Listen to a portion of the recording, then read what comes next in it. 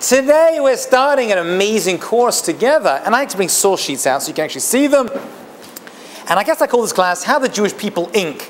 Got Started. How do we get going? We're going to go from God all the way to gefilte fish at some point, although I don't eat much gefilte fish anymore. I'm more sushi on a Friday night now, but that's another discussion.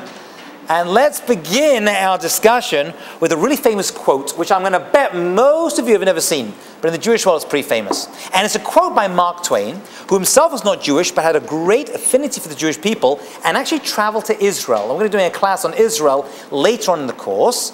And he actually went there when it was not so habitable, over 100 years ago, in the early 1900s. And he writes about that. I think his daughter married someone Jewish, and he had a lot to say about the Jewish people. And he wrote this amazing quote. And this is a good springboard to take us into the next few weeks we're going to spend together. Okay? Says Mark Twain in Harper's Magazine, 1898, the Egyptian, the Babylonian, the Persian rose. They filled the planet with sound and splendor, then faded to dream stuff and passed away. The Greek and the Roman followed and made a vast noise, and they are gone. Other people have sprung up and held their torch high for a time, but it burned out. They sit in twilight now or have vanished. The Jew saw them all, beat them all, and is now what he always was, exhibiting no decadence, no firmness of age, no weakening of his parts, no slowing of his energies, no dulling of his alert and aggressive mind. And these are his words. I chose someone who wasn't Jewish specifically because it's like an outsider's view, but a very nice one. All things are mortal, but the Jew. All other forces pass, but he remains.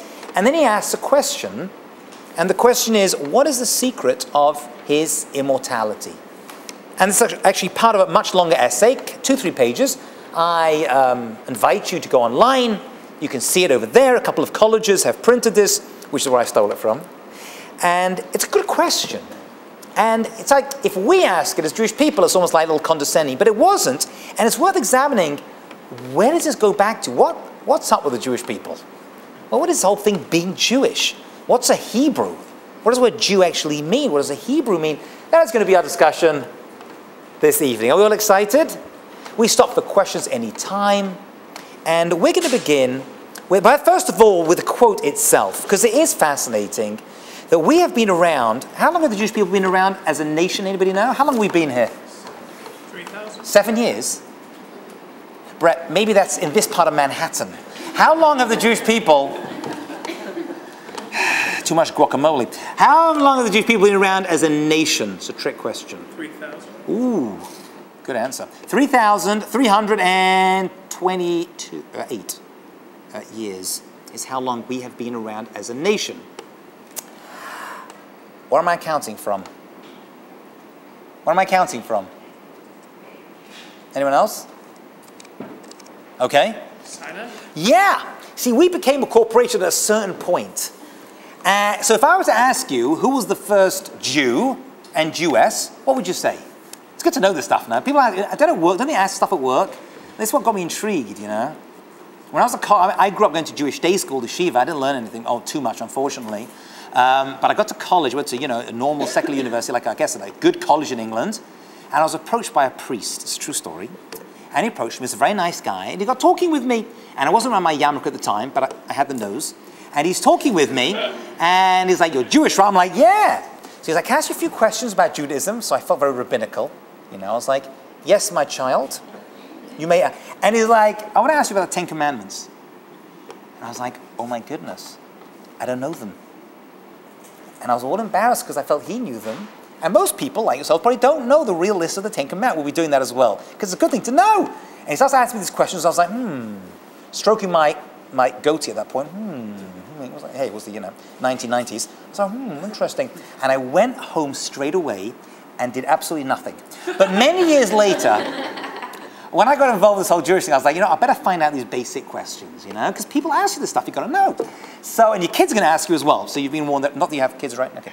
So, who was the first Jew? Is that a fair question? Who got the whole thing going? Who started the corporation? Who was the Mark Zuckerberg? Who was the Steve Jobs? Right, who got the whole Jewish peeps thing going? It's good company. Made a lot of money. I mean, we're no longer a profit organization. Profit organization, you get that? Okay, follow along. Yes, first Jew, yes, here we go. Abraham. Any other guesses over here? So Abraham is usually what I get in response. And it's actually a very, very good answer. And we are going to begin with Abraham. But actually, Abraham was not Jewish. Neither was his wife Sarah. Neither was his son Isaac or his son Jacob. These were non-Jewish people. Very holy, very special people, and our ancestors. But they were not Jewish. The Jewish people started quite a stage later. So today, what we're going to do is we're going to focus on the Abraham thing, because he actually got things going. He's our ancestor, but Judaism, as we know it, started at least 1,000 years after that point. And we're going to see it's important that he wasn't Jewish, because we Jews actually don't even have a monopoly on God. And we have a lot of other monopolies in the city, but we don't have a monopoly on God.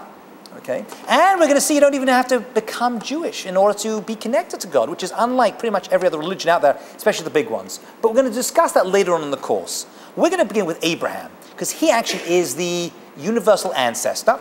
And no matter what you think or what you've heard, there's one thing I can tell you for sure, and you can all definitely agree with this: there are billions of people, all the Christians, and all the Muslims, and the Jews, and all the other religions that have come from Judaism, who will say, Abraham, he is my spiritual ancestor.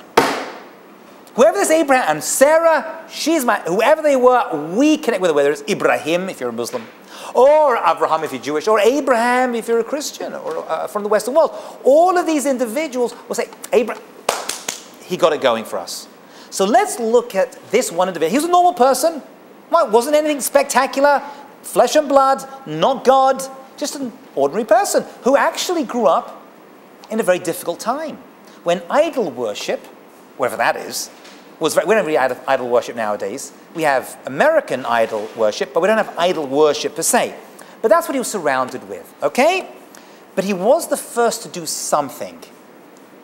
He was the first to do something. Not become Jewish, but something he did. And that something still is being passed down to his ancestors, of which we, right, are the descendants of. So we're going to begin by looking at someone called the Rambam. You know the Rambam, or Maimonides? You heard of him? Let me tell you who he was. Very interesting guy. He was a doctor.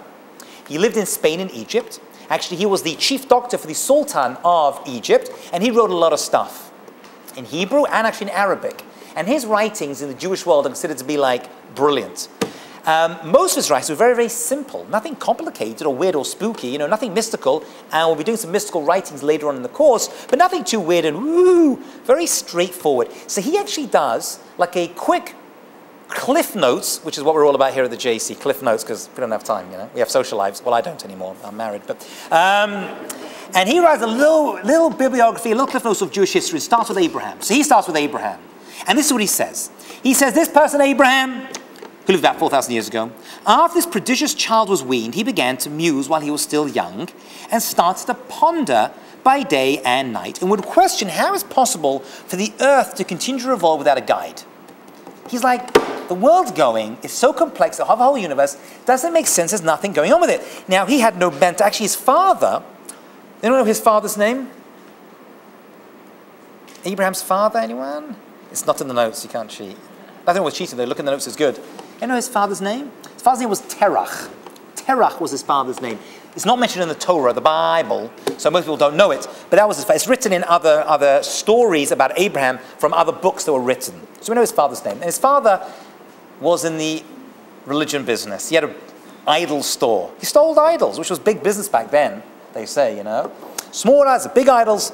So he had no mentor, and nor did he have anyone reveal anything to him. He wasn't like, he didn't have any great teachers. He basically was in Ur Kasdim among these foolish idolaters who put their faith into wood and stone. And his father and people served idols, and he would serve with them. But he always kept thinking, there's got to be more. And he thought, by the way, there's a discussion how old he was, which is pretty interesting. Some say he was 40 years old. 40 actually is a turning point. I just turned 40 this year.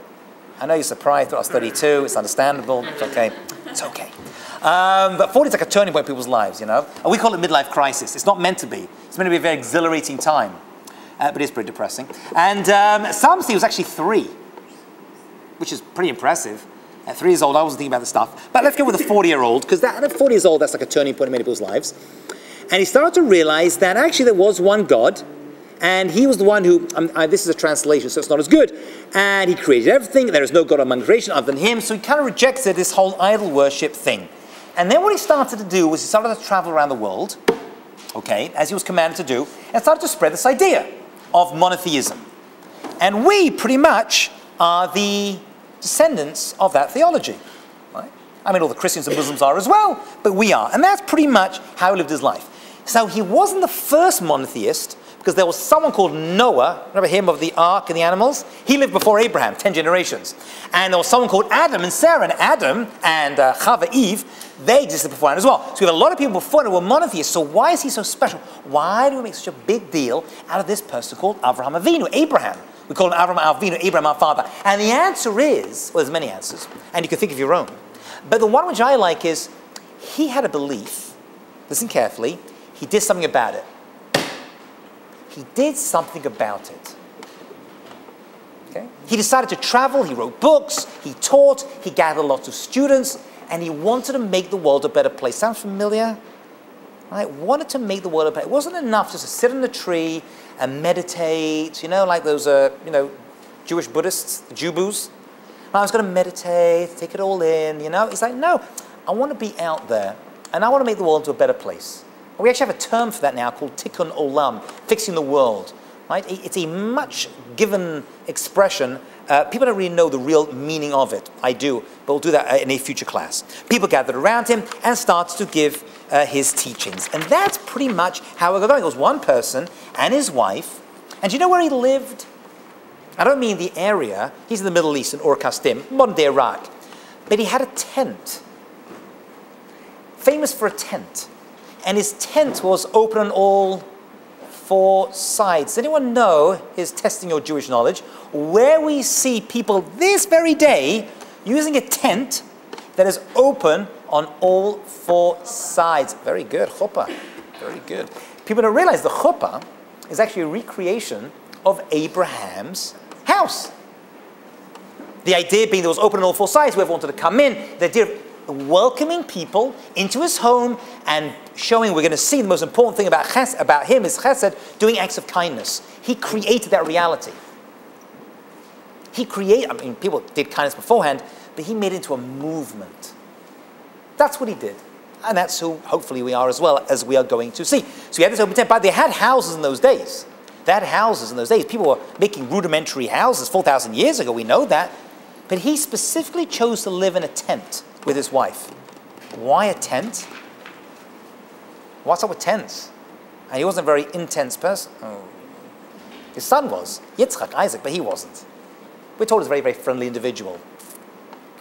So tents are movable. And we're going to see a very, very deep, beautiful idea. And that is, he taught that if you want to impact people, you got to go to them. And you got to move. And what we're going to see is something unbelievable, is that there's a theme that goes right through Jewish history, from the beginning, all the way to now, that we Jewish people keep moving. Adam is thrown out of the Garden of Eden. Noah's on a boat schlepping around. Abraham is moving. Jacob moves. Isaac. Jewish people move into Egypt. We're there for 210 years. We leave Egypt, we end up in a desert. We're there for 40 years. We're moving around in the desert. We end up in Israel 400 years. Built a temple. Kicked out into Persia, the whole Purim story, 70 years. We go back in, build a second temple, another few hundred years. They were kicked out again, spread around the world. We moved to Spain until 1492, when Columbus sailed the ocean blue. And the Jewish people were kicked out, expelled from Spain that exact year, which is why on board Christopher Columbus' ship, I mean, some people claim that he was actually Jewish. I don't think he was, though he did get lost, which is another thing. But we didn't have GPS, God's protection system. Whatever. So he gets on, and there were Jews on board the ship with him. We know that for sure, because we see in some of his writings there are some Hebrew letters in there. Makes sense, they were kicked out, ships leaving, they jumped on board. And then we end up in the New World, go to America, end up in Babylon. Babylon comes beforehand, end up in Spain, go to Europe. We move forward at that point, but the biggest point after that is probably Germany. And we know what happens to the Jews in Germany, those who were there with us, for the most part. Move to Israel after 2,000 years. Just get your head around this number. 2,000 years we have been out of our land. There is no nation in the world that exists today or that ever existed that were removed from their land, kept out for 2,000 years, then found their way back. It's incredible. The Romans you have today are not connected to the Romans who were back then. There is no connection. If you were to pluck a Roman from Rome and pull him to Rome today, you'd be like, okay, I have no connection. Couldn't speak the same language, doesn't dress the same way, doesn't think the same way. There's no ancestry that connects them. Take a Persian from Persia, from its golden era, and put them in Persia today, different religion, different clothing, different language, no connection whatsoever. Take Moses and Abraham and bring them today, same language, same discussion. There's a lot in common. 2,000 years out, we found our way back. So the story of the Dalai Lama, true story. Dalai Lama came to America a number of years ago, comes regularly, but once he came and went to visit a Pesach Seder. True story. Why would we go to Pesach Seder? And the answer is because he wanted to see how it is that we Jews were kicked out and have managed to stay Jewish out of our land. And now he's dealing with a similar problem because he was kicked out of, right, Tibet, ends up in, right, China, kicked out of, and Tibet, and he's got this problem of being kicked out, nowhere to go, and he's having a problem with the second, third generation. How do they affiliate? Right, they're assimilating and becoming part of this, which happens. So you want to know what is the secret of the Jewish people that 2,000 years later, we've still managed to keep this Jewish ink going. He went to Pesach Seder, which actually was a pretty good answer. Pesach Seder could have given him a few answers had he maybe understood the Hebrew or maybe looked in the English of his Maxwell House, like, you know, Machzor, okay? Let's go a little bit deeper, okay? Let's go a little bit deeper. Turn over your page to page 2. Let's talk about the word Hebrew for a second. What does that word even mean? It's worth knowing if we are one.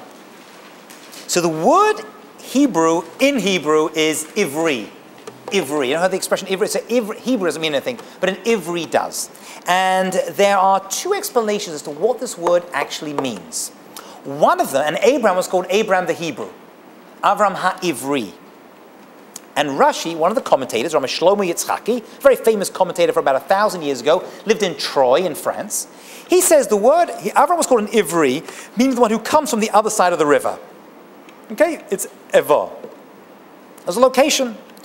However, the Midrash expands on this, which is basically Jewish writings that were handed down through Jewish history, and they say no. It's from another Hebrew word, which means la'avor. La'avor. What does that mean? To pass.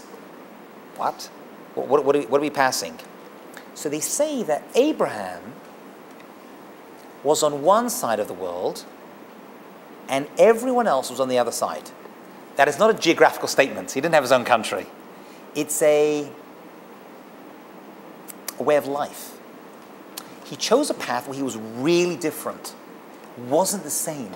The word Ivri Hebrew, what it really means is someone who chose to take a completely different path. Avor, I am going a whole different way. I don't care what everyone says, but this is the way we should be doing it. And that is one idea that has resonated with our people for a few thousand years that we have been around. Okay? Now, if you look at the Bible in Bereshit, chapter 12, verse 1, God said to Avram, but at this point his name wasn't Avraham, it was Avram. The letter Hey was added to his name. Why is not for now, but when we talk about names, which we discussed maybe in Poland a little bit, names represent your essence. So at this point of his life, he was Avram. Later on, he got the letter Hey as a gift, added in. And what that means is his mission changed. If your name changes, your mission changes. That's the basic idea over here. So it changed from Avram to Avram. Now, at this point, he wasn't Avraham. By the way, what happened? Does anyone know what act made him change his name? What act? The famous act that Abraham did at the age of 100 years old, and it makes my eyes water to even say it. He had a circumcision. That act, for some reason, that particular act changed his life mission. Okay, that was a circumcision. Really means a covenant with God. Why in that particular part of the body, we'll discuss another time. That's also interesting. That's not for now. Well, we will discuss that, I promise you. Why a child is circumcised. By the way, we don't circumcise at 100 years old. We circumcise at 8 days because he was told to circumcise his children. 8 days old is when we circumcise children. Although he did have a son called Yishmael to a different wife who had a son. He had a wife called Hagar and he had a son called Yishmael. Yishmael was 13 years old and he had his circumcision then. Yishmael is considered by the Jews and by the Muslims actually to be their spiritual ancestor. They come from this chain, this line of Yishmael. Interestingly enough, they still actually do circumcision on boys at 13 years old, many of them. So they seem to follow that tradition. It's weird, it goes back thousands of years, and we still follow the 8 days old, and I'm thankful for that. So it says that, I think he's Avram at this point. He was told by God, right, he was a prophet. What that means we'll do another time, but take it as a given for now. Go for your own good, from your homeland, from your birthplace, your father's house, to the land that I will show you. Okay? That is a very famous verse from Jewish scriptures. Lech lecha. Lech means go. Lecha means for your benefit. Go, this is going to be good for you. But it also means, tell me if this resonates, go to you. This journey you're going to take, where was he going to? Canaan, very good. Where's Canaan? Is that like near Goshen, like up north somewhere? Canaan actually is the land of Israel.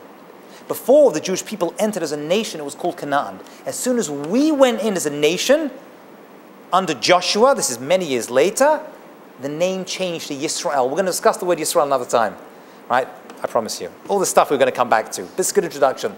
The name changed. So we are the children of Yisrael, why we'll see, and Yisrael is our land. So we went in, the actual name of the country changed. There's a reason why. There's something encoded in the word Yisrael that defines who we are and the land itself. But that's a little bit later. So he was told to go there. But look how he was told to go. Look inside the verse, something interesting over here. It says, go for your own good, it's going to be good for you. Go from your homeland, your birthplace, your father's house. What's wrong with that statement? From your homeland, from your birthplace, from your father's house. Why is that unusual? What's wrong with that statement? It's not my question, this is Rashi's question, one of the great commentators we just looked at. What's wrong with that? Anyone? Yeah. He's going to the homeland, not maybe. Okay, he's going to the, well, at that point it wasn't the homeland. Or maybe it was, but we weren't there. Keep going, try again. Try, no, good. Keep going. Where's his homeland at this point? Where's his homeland? Ur-Kasdim, Iraq. Some of the Middle East. Where's his birthplace? Ur-Kasdim, the little place where he was. And his father's house. It's back to front, isn't it? If you leave, what do you leave first of all? Your father's house, your mother's house. Then you leave your birthplace, and then you leave your country. It's listing it backwards. Can you see that? Can you see that?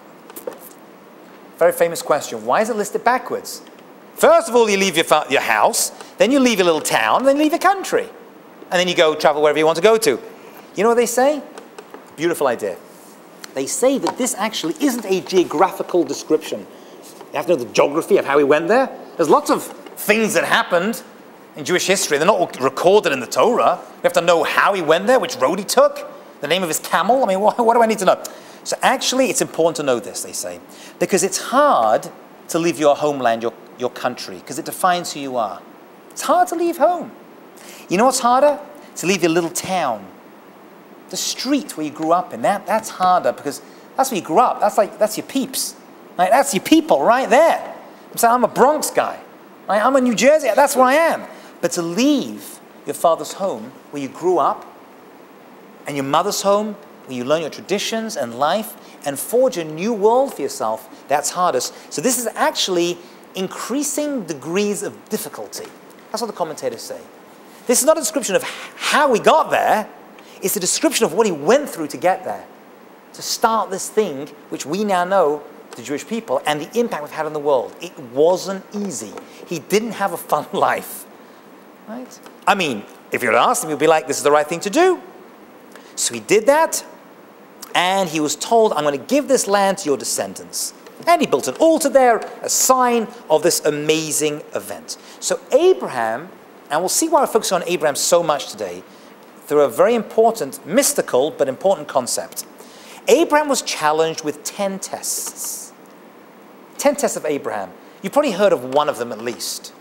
Anyone know what the big test of Abraham was? What's like the biggest thing you know that he was challenged with? He had to sacrifice his son. What do we Jews say about killing children? not into it. Like most people in the world also say, yeah. So he was tested, being told by God to go kill his son. Now there's a few problems here. Number one, he spent his entire life telling these idol worshippers, don't kill your son for God. Because that's what they used to do. Historically, one of the ways that idols were worshipped was people, I mean, by the way, it's not even historical. People still do. You're aware of that. People still kill their kids. They blow themselves up. They bring down buildings. It's September 12th today. And think this is what God wants. For thousands of years, we, the Jewish people, have been saying, don't kill yourself for God. Unfortunately, many times on deaf ears. That's not the point of being alive. The point of being alive is to be alive, to live a spiritual life. Dying a spiritual life, that's easy. Blow yourself up, you're done. That's easy peasy. To live for God is much, much harder than dying for God. So he was told to do something that he had been preaching about and talking to me about his entire life. And we're still trying to get through to some people's heads. That's why it's such a tough test. Not just killing a son. Did he kill his son? Did he kill his son? No, he did not kill his son. Very important. He did not kill his son. He was stopped. He was willing to do it, but he did not. Why? Because God said, we don't do that. How do you teach people a lesson? What is the best way to teach people a lesson in life, even today? This we don't do. He went up on a mountain, and everyone knew about it because he was considered one of the great people of his generation, and said, this is not what God wants from us. Okay? We don't just kill our children, heaven forbid. And it's, I mean, for us now, with our ears, it's abhorrent. But historically speaking, it wasn't so crazy. But that was a great test for him. And that was not an easy one. And according to the commentators, he passed it.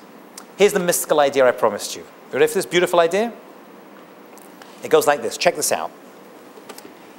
You see, when we discuss stories that happened to our ancestors, these aren't just like nice, cute stories that happen to them and we learn a moral lesson. I mean, it's that as well. And for my kids, that's what we say to them.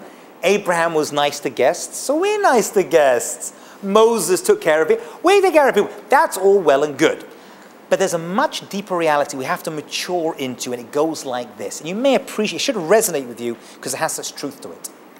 What happened to them keeps happening to their descendants. In Hebrew, we call this concept, and the Kabbalists speak about it, Masa Avot Siman Labanim. What happened to them is a sign for their descendants. I mean, we may call it history repeats itself. I mean, you've heard that expression. Now, history repeats itself. Like, oh, that's the end of it, never again, no more. You've got to learn, it's going to happen again. You've got to keep blocking it. Things repeat themselves, but this is even deeper. This is what they went through is a system of trial, a system of thought, a system of trying to change the world. It's going to happen again. And if you don't learn it from then, you're going to have to learn it from yourself, which is much harder. So there are certain, I want to choose my wording carefully, spiritual paths, not a very good translation of the idea, but it's good enough, that were forged by our ancestors that are still being driven by us. What we're saying is something even bigger than that. Jewish history is one big thing. It's not a chunk of little pieces. See, Persian history is, you have them coming in and they get conquered by them, they get conquered by them. Jewish history is one big, long, organic, fluid whole of which we are a chain in that long link that goes back thousands of years. And we're able to pull on this invisible rope and it's connected to what they did. So we discuss these stories. We're not saying, oh, it's so cute. Abraham is a lovely guy. His wife, she made the best chicken soup. OMG.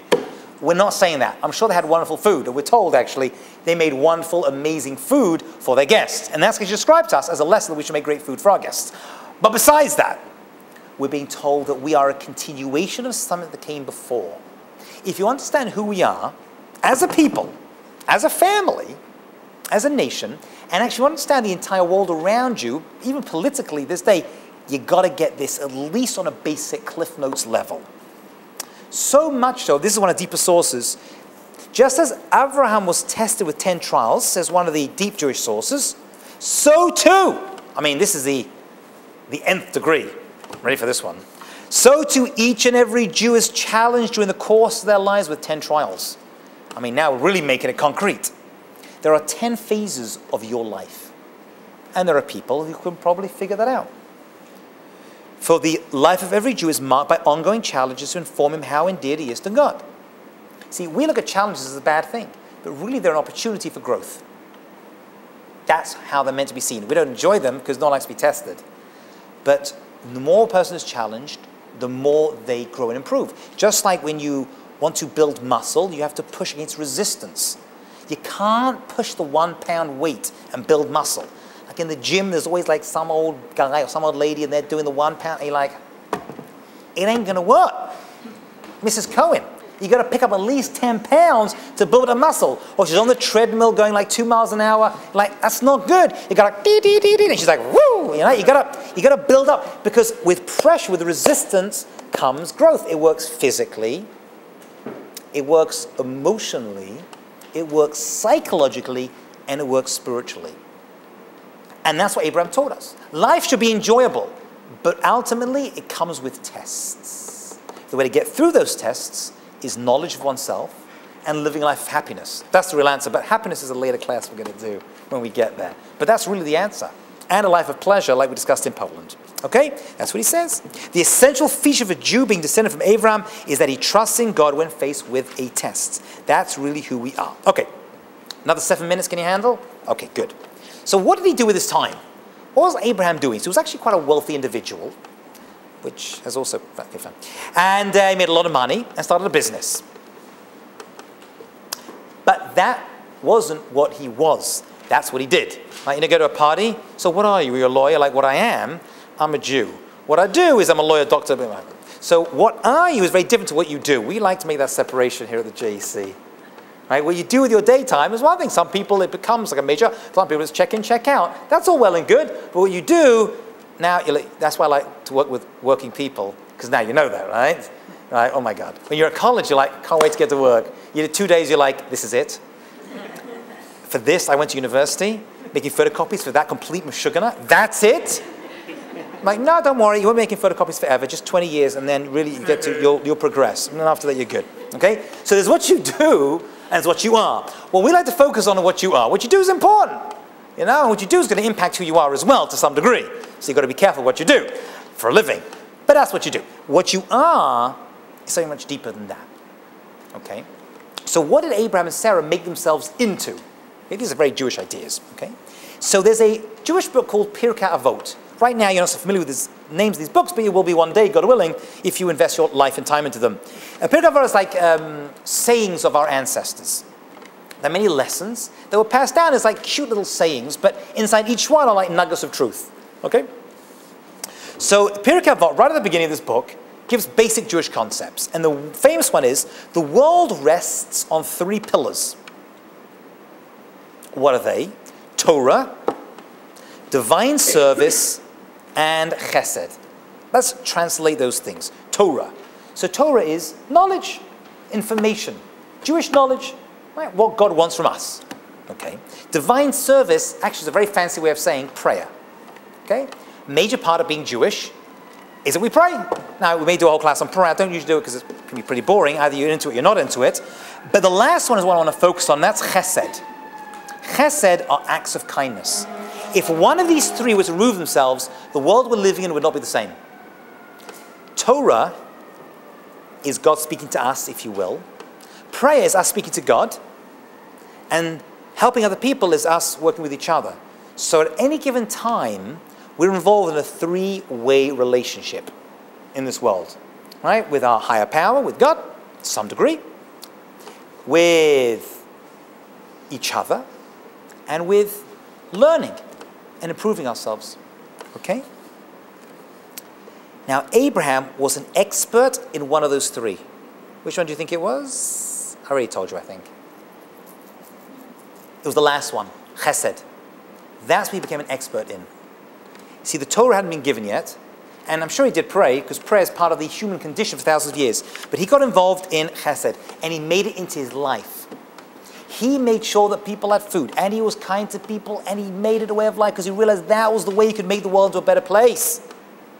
We, the Jewish people, his descendants, are still very active in this. You may have noticed that among our people, we are the biggest givers of charity, in proportion to our numbers, than pretty much any group, any ethnicity, not that we are an ethnicity, but any nation. Right? You ever notice that? You walk around Manhattan, right? There's the Stern building over here, and the Mount Sinai building over there, and there's the other Stern building down there, and there's the Goldberg building over there, and there's the Steinberg building over there, and there's, you know what I'm saying, right? There's always a Jewish name. There's a reason why. There's many reasons why. A couple you probably know. We Jews learn to give. Okay, that could be. I want to share something very different with you, which could sound a little wild. I'm going out on a limb, but I'm going to share it with you anyway. And that is, we have a gene inside us. It's been passed down from generations, and it is all the way back from Abraham. It may have sociological parts to it, it may have psychological parts, anthropological parts, but it also has spiritual roots as well, that we want to make the world to a better place. And that's who we are as a people. And unless we as individuals and as a nation invest ourselves to whatever degree we can, it's going to drive us crazy. We're going to start all the isms out there, the communism and the socialism and all the other ones you can think of right through history. There's always been a Jew involved in it. And save the whale, and save the planet, and save the trees, and save the Palestinian. There's always a Jew getting his big schnozzle involved in that thing over there. Now, I'm not saying all these things are the right thing to get involved in. Far from it. Some of them are good, some are not so good. But that's not my point. My point is, you may have noticed that we as a nation have put a lot of time and effort into making the world into a better place. I'm saying this is the root of it. First of all, it's a mitzvah. Right? But second of all, it's really who we are, and we realize that. So when Abraham was sitting by his tent, right, he saw these three people pass by, and he made it into a big, big thing to run and grab these guests. And that's like the famous story of Abraham. There's many stories. It was chosen to illustrate the point I am telling you. Okay? And that is why the Ramban, who's another rabbi on page 3, he's actually a great Kabbalist. People don't realize this about him. Not the Rambam, that's Maimonides. This is Rabbi Moshe ben Nachman, Ramban. And he wrote a commentary on the Torah and other writings. And he speaks about this. And he says, I'll tell you a general principle by which you will understand all of the coming episodes concerning Abraham, Isaac, and Jacob. It's a fundamental issue which has been mentioned briefly by our sages who have said, everything that occurred to our forefathers is a sign for their descendants. We look back at them. You know, there's a famous story of a guy who is hiking on a road, and he comes to a crossroads, and he doesn't know which way to go. And he looks around for a sign, and he sees there is a sign, but it's been uprooted and thrown down on the floor. So now he's stuck. He doesn't know which way is which. The sign is broken down and put on the floor, and it's going 4 different ways. So what's he going to do? It's a question of the Chafetz Chaim, by the way, a rabbi who lived in Radin in Poland before the war. And he said, very simple. He doesn't know which way is forward, right, left, but he does know where he came from. If he picks up this sign and he aligns this sign with where he came from, all the other signs will be set in place. It's a very Jewish idea.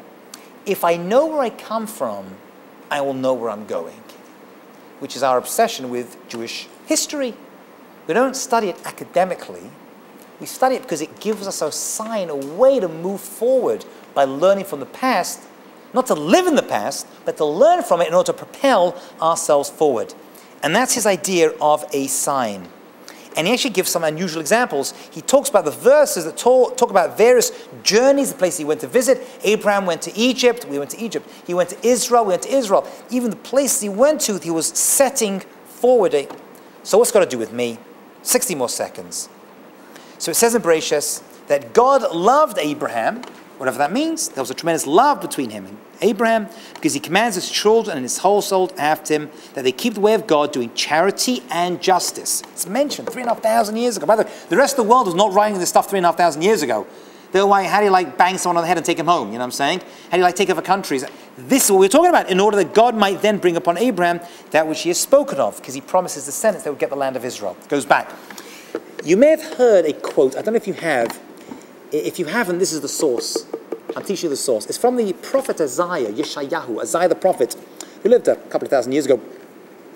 He says, I'm going to tell you a general principle about being Jewish. I am God, I've called you with the righteousness. He's speaking God's name. I'll strengthen your hand, I'll protect you, I'll set you a covenant for the people. And then the famous quote, you're going to be a light unto the nations. You haven't heard that quote before? A light unto the nations. It comes from our prophets. I mean, the Christians try to kidnap it, but it does actually come from our prophets. Yep, Isaiah the prophet was a rabbi, a Jew, all right, a Torah scholar. Okay? What is that light unto the nations? What's that? Like, they don't have enough light? I've got to bring my flashlight out for me? They don't know where they're going? Have we succeeded in this thing? Called the light of the nation, whatever it is? It's a big question. And I kind of leave it open. I'll share one idea with you. Jews are seen the world over as representing something bigger than themselves. We're held to a higher standard. Whether you like it or not, and people don't like it, and even sometimes I don't like it, but we're held to a higher standard. People look at us for a moral tone. What we do, how we act. All these other nations may go to war and kill thousands and millions of people, and we Jews kill one individual and front page news. Now, we have failed in many respects, but that's our goal. And with that, we cannot escape from, and it goes back thousands of years. People look at us and want to use our light. We don't shine the light in people's faces, they want to use us. I finished with a little quote by Winston Churchill. You've definitely heard of him. And he says, there's many such quotes I have, I collect this stuff. Again, I have no social life. We owe to the Jews a system of ethics which, even if it were entirely separated from the supernatural, would be in comparatively the most precious possession of mankind, worth in fact the fruits of all other wisdom and learning put together. On that system and by that faith there has been built out the wreck of the Roman Empire, the whole of our existing civilization. He actually gave this speech in Jerusalem. Next week, we shall go a little further in Jewish history to see what happened to Abraham's descendants along that journey. Okay, we're going to stop over there.